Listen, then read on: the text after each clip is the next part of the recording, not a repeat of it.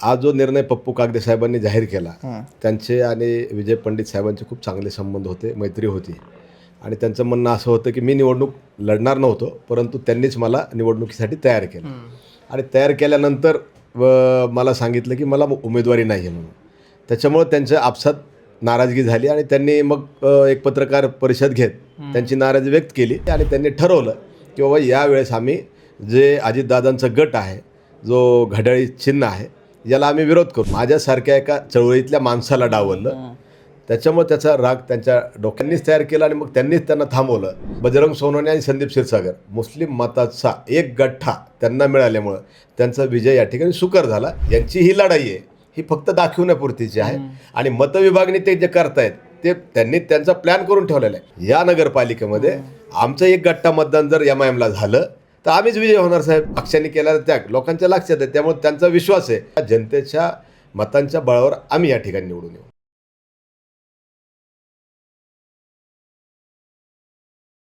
गावचावडीच्या एपिसोडमध्ये आपण बीडमध्ये आहोत आणि वेगवेगळ्या मुलाखती करताना बीडमधली समीकरणं जरा काहीशी वेगळी आहेत. इथे दलित समाजातील लोक नाराज झाल्यानंतर त्यांनी त्यांचा वेगळा निर्णय जाहीर केला. त्रिशंकू परिस्थिती आहे, चौरंगी लढत आहे खरं तर म्हणता येईल, कारण इथे MIMसुद्धा तेवढ्याच ताकदीने मैदानात आहे. एकीकडे भाजप आहे, एकीकडे राष्ट्रवादी आहे. आता माझ्यासोबत MIMचे जिल्हाध्यक्ष आहेत स्वतः. त्यांनी एकेकाळी भाजपात काम केलेलं आहे, त्यांनी नंतर राष्ट्रवादीत काम केलेलं आहे. ते आता गेल्या 5-6 वर्षापासून MIMचं नेतृत्व जिल्ह्यामध्ये करत आहेत आणि त्यांची भूमिका जिल्ह्यामध्ये, या शहरामध्ये कायम गेम चेंजर असते. आणि या निवडणुकीमध्ये त्यांची भूमिका काय असणार आहे आणि त्यांच्यामुळे त्यांचं सध्याची ते रेसमध्ये ते स्वतः कुठे आहेत, इतर बाकी समीकरणं त्यांच्यामुळे कशी बिघडणार आहेत, जुळणार आहेत, हे सगळं त्यांच्याकडून मी जाणून घेणार आहे. बाकी प्रश्न करण्याआधी एक विचारायचं की आज पप्पू कागदे यांनी जी भूमिका जाहीर केली की त्यांनी तुतारीला पाठिंबा जाहीर केला आहे, तर त्यांच्या भूमिकेकडे तुम्ही कसं बघताय? सर्वप्रथम तुमचा आभार व्यक्त करतो की तुमच्या माध्यमातून सर मला जनतेपर्यंत जाण्याची संधी मिळाली. आज जो निर्णय पप्पू कागदे साहेबांनी जाहीर केला, तर मला वाटतं की त्यांचे आणि विजय पंडित साहेबांचे खूप चांगले संबंध होते, मैत्री होती. आणि त्यांचं म्हणणं असं होतं की मी निवडणूक लढणार नव्हतो, परंतु त्यांनीच मला निवडणुकीसाठी तयार केलं. आणि तयार केल्यानंतर मला सांगितलं की मला उमेदवारी नाही आहे म्हणून. त्याच्यामुळं त्यांच्या आपसात नाराजगी झाली आणि त्यांनी मग एक पत्रकार परिषद घेत त्यांची नाराजी व्यक्त केली आणि त्यांनी प्रखर विरोध केला. त्याचाच परिणाम म्हणून आज त्यांनी एक पत्रकार परिषद पूर्ण समाजाची, वेगवेगळे पक्ष संघटनेची त्यांची घेतली आणि त्यांनी ठरवलं की बाबा यावेळेस आम्ही जे अजितदादांचा गट आहे, जो घड्याळी चिन्ह आहे, याला आम्ही विरोध करू. कारण त्यांनी माझ्यासारख्या एका चळवळीतल्या माणसाला डावललं. त्याच्यामुळे त्याचा राग त्यांच्या डोक्यामध्ये आहे, कारण ते निवडणूक लढणार नव्हते, परंतु त्यांनीच तयार केलं आणि मग त्यांनीच त्यांना थांबवलं. तर हे न समजण्यासारखं कोणाचं आहे. पण आंबेडकरी समाजाची जी मतं आहेत ती आम्ही आता तुतारीला देणार असं त्यांनी जाहीर केलं. इथे तुम्हाला हा प्रश्न यासाठी विचारतो, इथे मुस्लिम आणि दलित मत खूप गेम चेंजर आहेत. तर तुमचा तर स्वतःचा उमेदवार आहे, पण त्यांनी त्यांच्या स्वतःचा उमेदवार नसल्यामुळे तुतारीला पाठिंबा जाहीर केला आहे. तर याच्यामुळे कशी समीकरणं इथे शहरात बिघडू शकतात? 100% पप्पू कागदे साहेबांची प्रचंड ताकद या बीड शहरामध्ये, बीड जिल्ह्यामध्ये आणि महाराष्ट्रामध्ये आहे. 100% त्याच्यात दुमत नाही आहे. आणि ते एक चांगलं नेतृत्व आहे आणि त्यांच्यामुळे निश्चितच बरेचसे समीकरण आज बदललेले आहेत. तुतारी माझ्या मते स्पर्धेत फार खाली होती, परंतु आता त्यांच्या येण्यामुळं स्पर्धेत अप झालेली आहे. आणि दुसरी गोष्ट, मुस्लिम समाजाची नेहमीच मतं ही प्रत्येक निवडणुकीमध्ये निर्णायक राहिलेली आहेत. मागच्या दोन्ही आपण लोकसभा आणि विधानसभा जर बघितलं तर त्यावेळेस MIMनी या ठिकाणी आपला उमेदवार दिला नाही.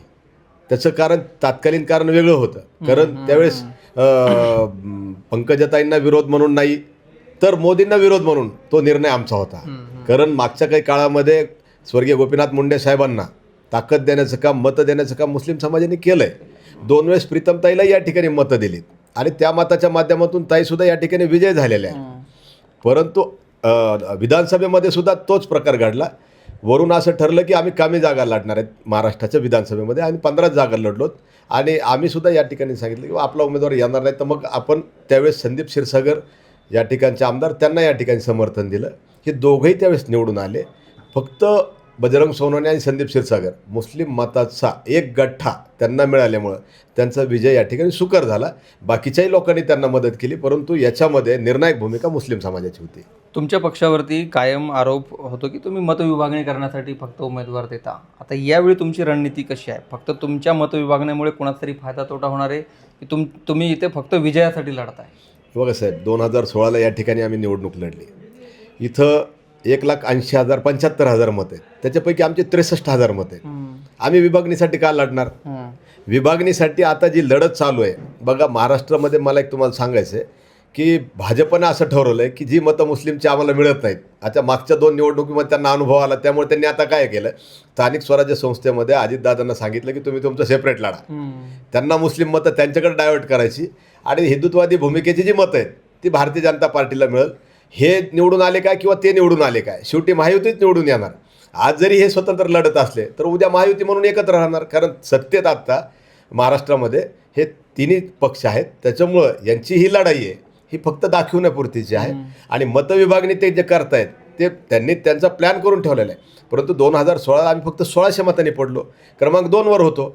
हां, मतविभागणी कुणाला सांगता येईल, जर आम्ही लोकसभा लढली असती, आम्ही 50,000 मतं खाल्ली असती आणि मग उमेदवार पडला असता. विधानसभेला तसं झालं असतं. परंतु या नगरपालिकेमध्ये आमचं एक गट्टा मतदान जर MIMला झालं तर आम्हीच विजय होणार साहेब. आमची मतं जर आम्हाला मिळाली आणि इतर काही मतं आमच्या संबंधावर, आम्ही ज्या ठिकाणी सलोख्यासाठी काम करतो, आम्ही जातीवाद या ठिकाणी करत नाही आणि पक्षही करत नाहीत, ही सगळ्यांना माहिती. काही मतं आम्हाला दुसऱ्या समाजात जरी पडली तर या ठिकाणी MIMच निवडून येणार आहे. आम्ही काही विभागणी केली नाही, विभागणी हे लोक करतात. नाही, पण तुमच्या समाजाची जी मतं आहेत ती आतापर्यंत इथे म्हणजे विधानसभेला जर आपण ट्रेंड पाहिला तर ती तुतारीला गेली. आता ही मतं तुमच्याकडे परत कशी वळतील, त्यामागचं काय लॉजिक आहे? याच्या अगोदर बघा की मोईन मास्टर साहेब होते नगरपालिकेत, त्यांनी निवडणूक लढली होती. त्यावेळेस त्यांनाही 2 क्रमांकची मतं मिळाली. मागच्या 16मध्ये सुद्धा आम्ही 1600 मतांनी पडलो आणि म्हणून आम्हाला आत्मविश्वास आहे ना की ही मतं आम्हाला मिळतील. कारण काय आहे की आम्ही लोकसभेला जर जातीय समीकरण पाडलं तर बाबा त्यांना बजरंग सोनवणे साहेबांना निवडून दिलं, म्हणजे राष्ट्रवादीला निवडून दिलं, संदीप भाईला निवडून दिलं आणि यावेळेस MIMला निवडून देण्यात काय हरकत नाही. कारण मागच्या काळामध्ये दिलेला त्याग, पक्षांनी केलेला त्याग लोकांच्या लक्षात आहे. त्यामुळे त्यांचा विश्वास आहे की हे चांगली माणसं आहेत, काम करणारी माणसं आहेत, यांच्या पाठीमागे आपण उभा राहायला पाहिजे. म्हणून असा आम्हाला आत्मविश्वास आहे की त्या जनतेच्या मतांच्या बळावर आम्ही या ठिकाणी निवडून येऊ. इथे तुमची मतं तुम्ही आत्ता जसं म्हणाला 60-65,000 मतं आहेत, पण या शहरामध्ये सगळीच पक्ष असतील, म्हणजे महायुतीमधले असतील किंवा शरद पवार पक्ष असेल किंवा बाकीचे असतील, त्यांनी मुस्लिम नेतृत्व किंवा मुस्लिम चेहरा पुढे करण्यात कायमच हे म्हणजे पुढाकार कोणाचाच नाही मुस्लिम चेहरा पुढं करण्यामध्ये. MIMचा जर अपवाद वगळला तर याविषयी मुस्लिम समाजामध्ये काय भावना आहे? काय आहे की आता आम्हाला काय आहे की नेतृत्व द्यायचं हे कुठल्याच पक्षाच्या डोक्यात नाही. मुस्लिम समाजाची मतं पाहिजेत, पण मुस्लिमांचं नेतृत्व नको. तुम्ही बघा बऱ्याच ठिकाणी असं तुम्हाला पाहायला मिळेल. जरी आमच्यासारखे कार्यकर्ते आमची 30-30 वर्ष झाली, परंतु या पक्षाने आम्हाला कुठेही नेतृत्वाची संधी दिली नाही. नेतृत्वाची संधी या ठिकाणी MIMने उपलब्ध करून दिली. म्हणून MIMच्या बॅनरखाली लोकांना वाटतं की बाबा आपला पक्ष आहे आणि आपल्याला नेतृत्व देतोय. आणि बॅरिस्टर असदुद्दीन ओवैसी साहेब पूर्ण देशभरामध्ये काय म्हणतात, त्यांचं एक डायलॉग तुम्ही बघा की त्यांना कुठं जाऊन राजकारण करायचं नाही किंवा विधानसभा लोकसभा लढवायची नाही आहे, तर तुमच्यातलं नेतृत्व मोठं करून तुम्ही सभागृहात जावं अशी त्यांची इच्छा आहे. जे लोक तुम्हाला न्याय देणार नाहीत त्याला न्याय देण्याचं काम MIM करेल, असा एक स्पष्ट मॅसेज त्यांच्या माध्यमातून आहे. भाऊ, तुम्ही एकेकाळी भाजपातही काम केलेलं आहे. बीडमध्ये यावेळी भाजपा पहिल्यांदाच पूर्ण ताकदीने लढती आहे. कदाचित याआधी लढली नसेल एवढ्या पूर्ण ताकदीने. तर या भाजपाच्या वेगळ्या लढण्यामुळे सुद्धा काही समीकरण बदलतं आहे शहरातलं? साहेब 100% हे समीकरण बदलत आहेत.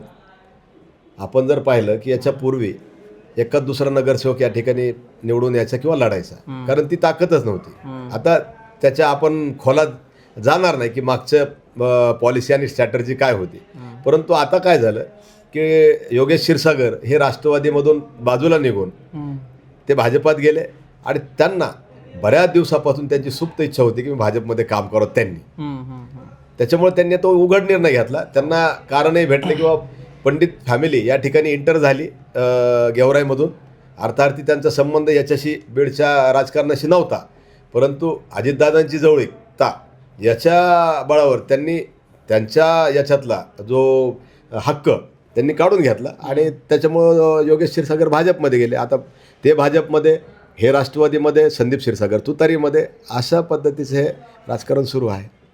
तर बीडचे MIMचे जिल्हाध्यक्ष आहेत, त्यांनी बीडचं राजकारण असेल किंवा त्यांच्या पक्षाची भूमिका असेल या निवडणुकीविषयी सगळं सांगितलं आहे. तुमचं मत कमेंटमध्ये जरूर लिहा. व्हिडिओ पुढे शेअर करायला विसरू नका. पुन्हा भेटू नव्या व्हिडिओत.